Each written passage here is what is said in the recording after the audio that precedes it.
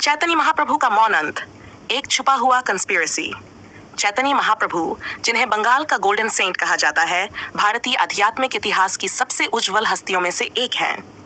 वर्ष 1406 में नवद्वीप में जन्मे वे केवल एक साधक नहीं थे, बल्कि एक रेवोल्यूशनरी फोर्स थे, जिन्होंने अपने समय के आध्यात्मिक वातावरण को बदल डाला। उनका संदेश सरल किंतु परिवर्तनकारी था।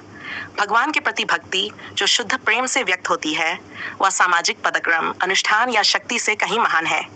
उन्होंने राजा से लेकर साधारण जन तक सबको आकर्षित किया।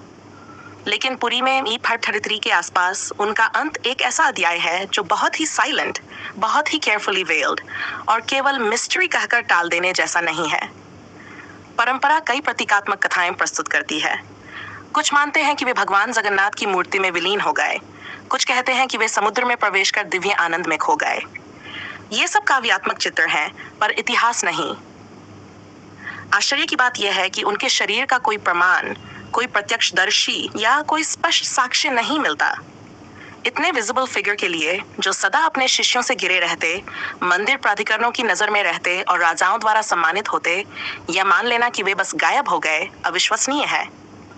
इतिहास की चुप्पी अक्सर सप्रेशन का संकेत होती है, और सप्रेशन किसी न किसी डिलिबरेट एक्शन की ओर इशारा करती है। 16वीं शताब्दी का पूरी राजनीति से मुक्त नहीं था। गजपति शासक, मंदिर के पुजारी और जगन्नाथ मंदिर का विशाल प्रशासनिक तंत्र अपार प्रभाव रखता था।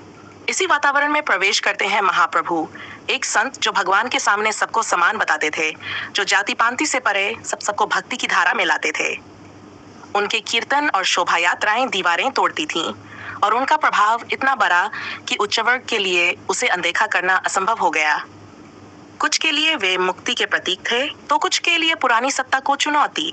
यहीं से विस्पर्स ऑफ कंस्पिरेसी सुनाई देते हैं। संत हमेशा अपने समय की सत्ता के लिए असुविधाजनक रहे हैं। महाप्रभु के अंत का खुला विवरण न मिलना के वह श्रद्धापूर्ण मौन नहीं हो सकता।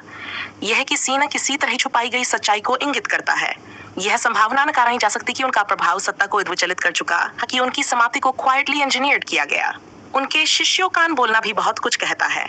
चाहे भयवश या सम्मानवश, उन्होंने घटना को सीधे शब्दों में न कहकर दिव्य उपमाओं में ढक दिया।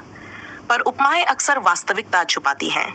उनका भगवान में विलीन होना शायद उस दुखद सत्य को मिथ में बदलने का तरीका था।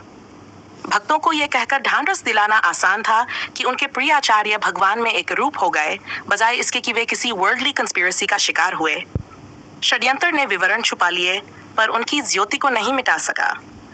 उनका मर्डर उन्हें मनुष्य से किंवदंती बना गया, और वह किंवदंती आज भी भक्ति के हृदय में जलती है।